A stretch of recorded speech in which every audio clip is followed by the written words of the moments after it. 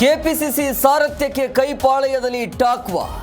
ಇಂದು ಸತೀಶ್ ಜೊತೆ ಸುರ್ಜೇವಾಲಾ ಮಾತುಕತೆ ಸಂಭವ. ಡಿಕೆಶಿ ಸತೀಶ್ ಸಂಧಾನ ಸಾಧ್ಯತೆ.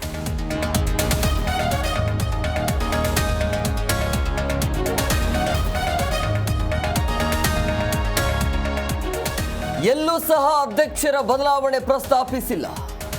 ನನ್ನ ಸಲಹೆ ಹೇಳಿದ್ದೇನೆ, ಉಳಿದಿದ್ದು ಹೈಕಮಾಂಡ್ಗೆ ಬಿಟ್ಟಿದ್ದು. ಬೆಳಗಾವಿಯಲ್ಲಿ ಸಚಿವ ಸತೀಶ್ ಜಾರಕಿಹೊಳಿ ಹೇಳಿಕೆ.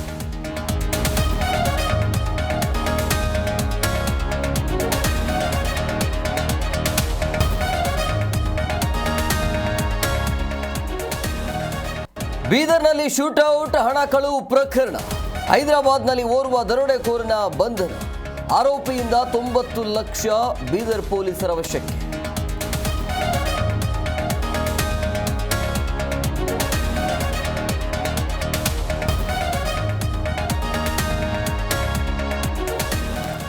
ಬಾಲಿವುಡ್ ನಟ ಸೈಫ್ಗೆ ಚಾಕು ಇರಿತ ಪ್ರಕರಣ.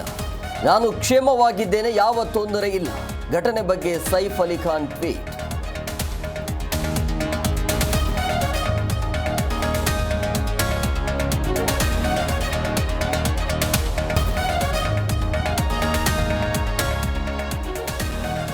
ಲಾಲ್ಬಾಗ್ ಫ್ಲವರ್ ಶೋಗೆ ಫಸ್ಟ್ ಡೇ ಭರ್ಜರಿ ರೆಸ್ಪಾನ್ಸ್. 14,000ಕ್ಕೂ ಅಧಿಕ ಮಂದಿ ಲಾಲ್ಬಾಗ್ಗೆ ಭೇಟಿ.